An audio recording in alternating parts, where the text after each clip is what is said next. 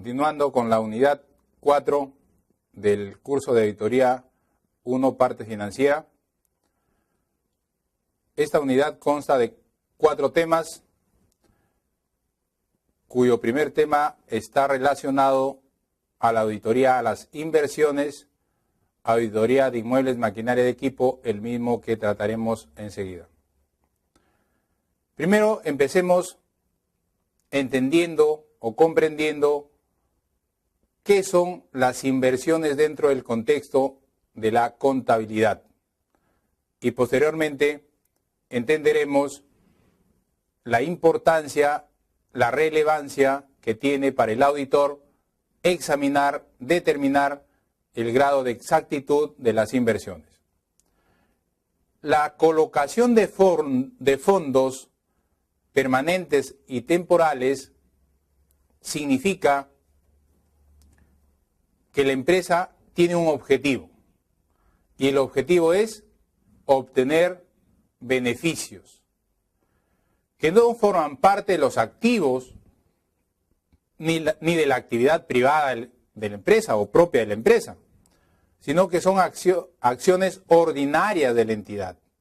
Y en consecuencia nacen 2 tipos de inversiones.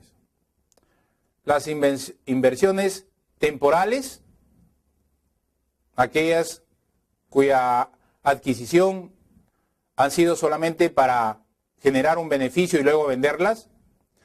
Y luego son las otras inversiones que son de carácter permanente, que se debe reflejar en el activo no corriente. Y las de tipo permanente son aquellas que la empresa quiere tener un manejo, un control de la otra entidad y para tener obviamente beneficios futuros. Entonces las inversiones permanentes son aquellas inversiones de acciones fundamentalmente que se realizan en un grado de propiedad y posibilidad de dirección. Permanentes. Quiero tener la propiedad de esta empresa, quiero tener la dirección de esta empresa. Y cuando estamos frente al otro tipo de inversiones, las inversiones temporales, son aquellas que se ejecutan por especular o por ganar en el corto plazo beneficios económicos. En consecuencia, los procedimientos que vayamos a utilizar para evaluar el grado de exactitud, de veracidad,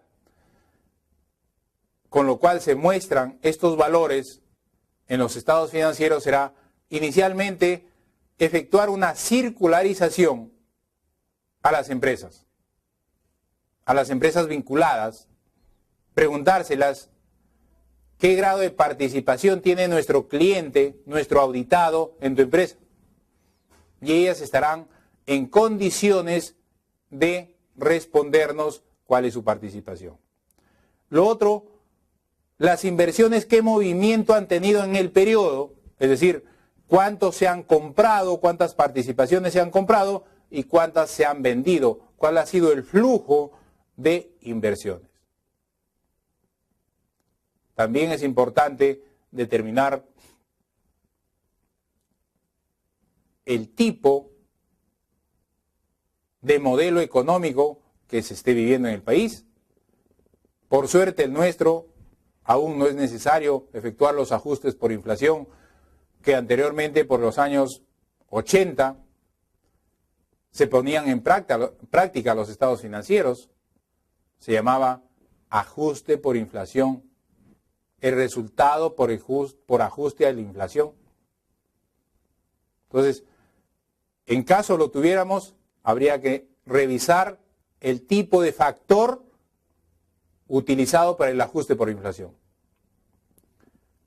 Otro procedimiento importante es la provisión por la desvalorización de las inversiones.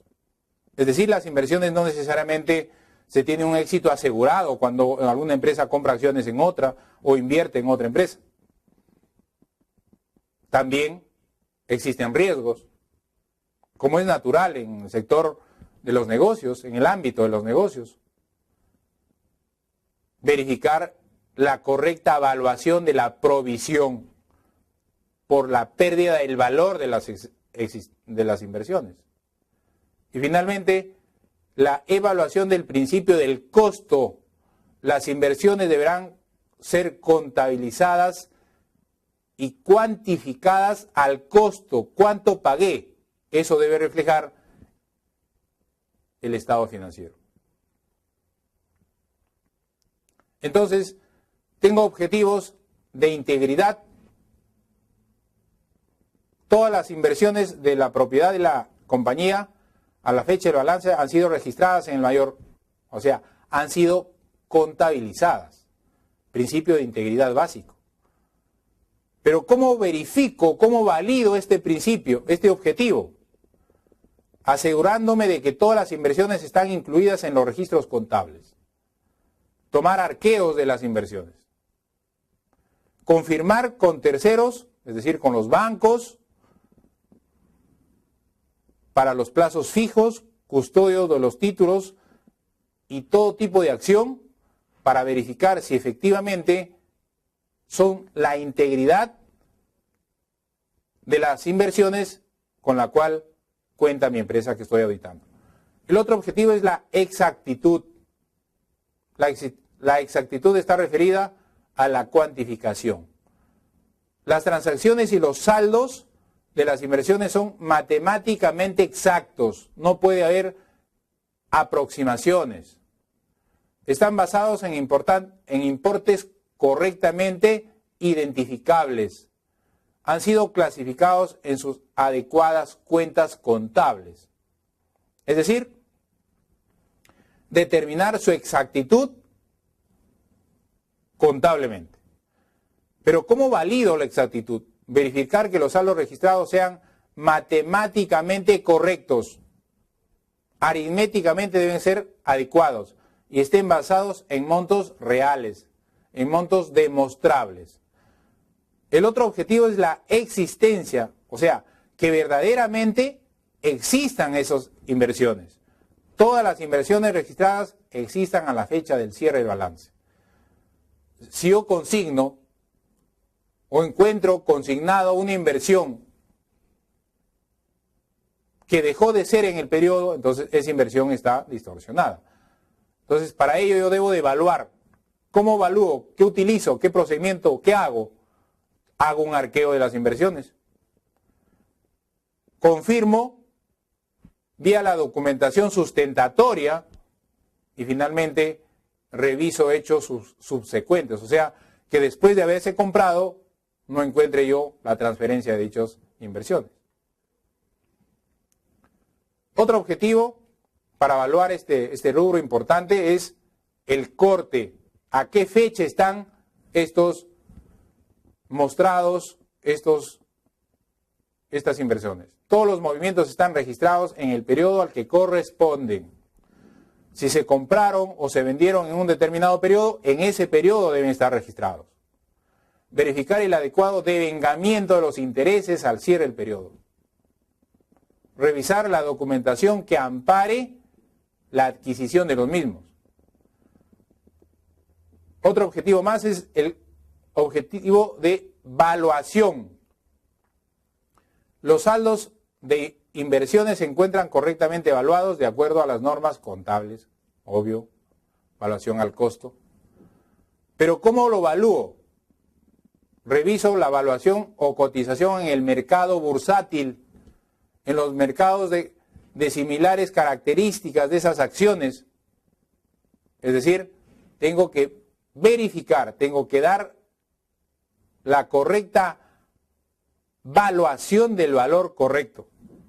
Derechos y obligaciones. Los saldos registrados de inversiones sean propiedad de la compañía. Todas las restricciones respecto a este tipo de inversiones. Podrían estar algunas con restricciones para su venta o restricciones para, digamos, su transferencia. ¿Qué prueba utilizo para validar? En primer orden, la confirmación de que nos pertenece. Y luego, examinar convenios de préstamo para determinar si existen restricciones respecto a nuestras inversiones. Existen instrumentos financieros que podríamos utilizarlo para un financiamiento con estas inversiones. Otro objetivo es la presentación y revelación en los estados financieros. Como ya lo mencionábamos hace un momento, deben ser reveladas en los estados financieros en los activos no corrientes, porque no están dispuestos para venta, aquellos que no son dispuestos para la venta, es decir, los permanentes. Y así también podremos verificar la correcta revelación de aquellas inversiones que son de carácter, digamos, volátil, aquellos que solamente lo hemos adquirido para obtener algún beneficio a corto plazo. Ella o estas inversiones estarán consignadas en el activo a corto plazo. Seguidamente veremos cómo auditar a los inmuebles, maquinarias y equipo, un rubro que sin duda es importante en toda empresa, indistintamente el rubro al cual que te dediques. Esta cuenta, este rubro contable también se le conoce como bienes del activo fijo. Son utilizados para el proceso productivo, para producir y para labores de administración y de supervisión.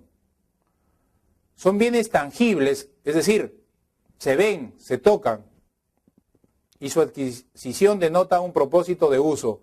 Cuando adquirimos un activo que forme parte de este rubro, necesariamente nos estamos refiriendo a que a ese bien lo vamos a utilizar, lo vamos a usar, no es para venderlo. Algunos componentes, ¿cómo está compuesto este gran rubro importante de los inmuebles, maquinaria y equipo? En primer orden tenemos las maquinarias y equipo. Luego tenemos las unidades de transporte, los vehículos de cualquier índole están en este rubro. Las herramientas, imagínense un taller, cuántos cientos, o por qué no decirlo miles de herramientas tiene, y estarán también en este rubro de herramientas. Las minas, los recursos naturales, están aquí. Las embarcaciones, también lo clasificamos dentro de este término. Los muebles, los enseres, las obras en curso, los bienes en uso o en tránsito o por recibir, mejoras en la propiedad de terceros y terrenos y edificios. Son algunos de los componentes de los inmuebles, maquinaria y equipo. Y la pregunta nace por sí sola. ¿Cuándo estoy frente a la adquisición de un activo fijo? Es decir, ¿cuándo considero yo que he comprado un activo fijo? La respuesta está ¿dónde? En la norma internacional número 16, que habla respecto al reconocimiento de este rubro. Un ejemplo de propiedad, planta y activo, dice la norma, se reconocerá cuando cumple con dos requisitos indispensables. Uno, sea probable que la entidad tenga los beneficios económicos futuros derivados del mismo, de su uso. Que sea probable que la entidad tenga beneficios económicos futuros del uso de este bien. Y dos, que el costo de dicho activo para la entidad pueda ser evaluado con fiabilidad, o sea, que tenga un valor real. Y además, podría precisarle yo uno más, que sea sujeto ¿de qué? De depreciación. Y enseguida hablaremos respecto a la importancia que tiene la depreciación en este rubro. La base teórica, la base legal respecto a este rubro de inmuebles, maquinaria y equipo, se dice que el auditor deberá principalmente orientar a la revisión de los principios de contabilidad generalmente aceptados aplicados en este rubro.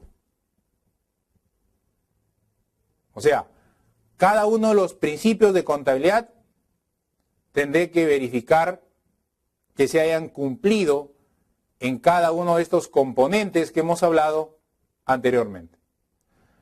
Y para revisar este rubro, naturalmente tenemos que tener un programa de auditoría.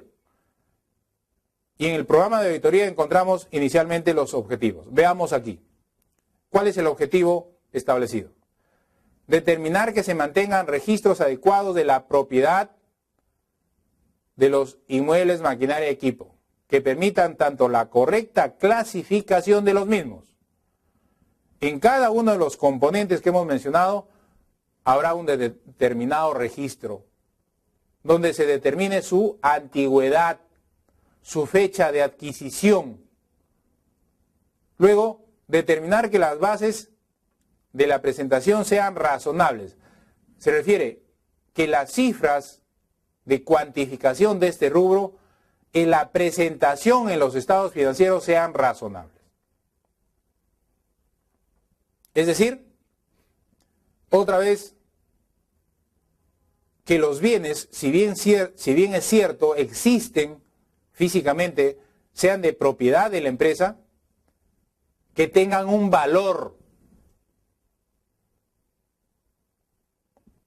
que continúen aún dándole beneficios económicos a la empresa. Pero si considero un activo fijo, un bien o una maquinaria que ya no me produce, que está, digamos, desmantelada, está sin uso, ¿será verdaderamente un activo fijo? ¿Cumplirá con las condiciones que establece la norma internacional número 16 para considerarlo como parte de este gran grupo importante inmueble, maquinaria y equipo? Definitivamente ya no califica.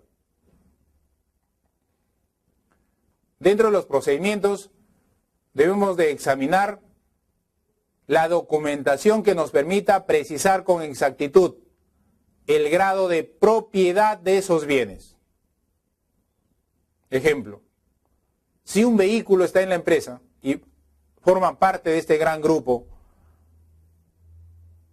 en condición de auditor, espero que la propiedad de ese bien, el registro de ese bien, esté a nombre de la empresa, como que debe ser. Si la empresa tiene un departamento, tiene un taller, tiene una planta que forma parte del inmueble, maquinaria y equipo, en condición de auditor,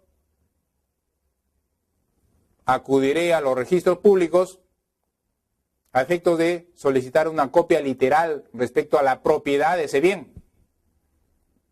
¿Y qué ocurriría si el contador ha registrado el bien sin cerciorarse que la propiedad aún no ha sido inscrita, ha sido rechazada, está en la notaría, pero el contador ya lo viene consignando como un activo fijo dentro de este rubro importante de inmueble, maquinaria y equipo? El auditor, ¿cuál va a ser la opinión? La opinión necesariamente va a ser que este rubro está distorsionado, no está reflejado de acuerdo a la realidad. En consecuencia, examinar los documentos que acrediten la propiedad es fundamental. Además, tendremos que, mediante una inspección física, comprobar que los bienes adquiridos estén en uso de la propiedad, en uso de la empresa, que le estén generando beneficio a la empresa.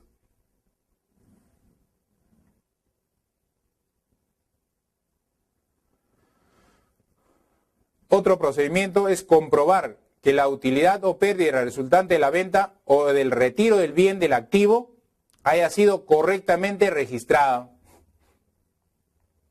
Es decir, cuando estamos frente a una venta de un bien, no es cierto que tenemos que registrar o provisionar la venta del bien.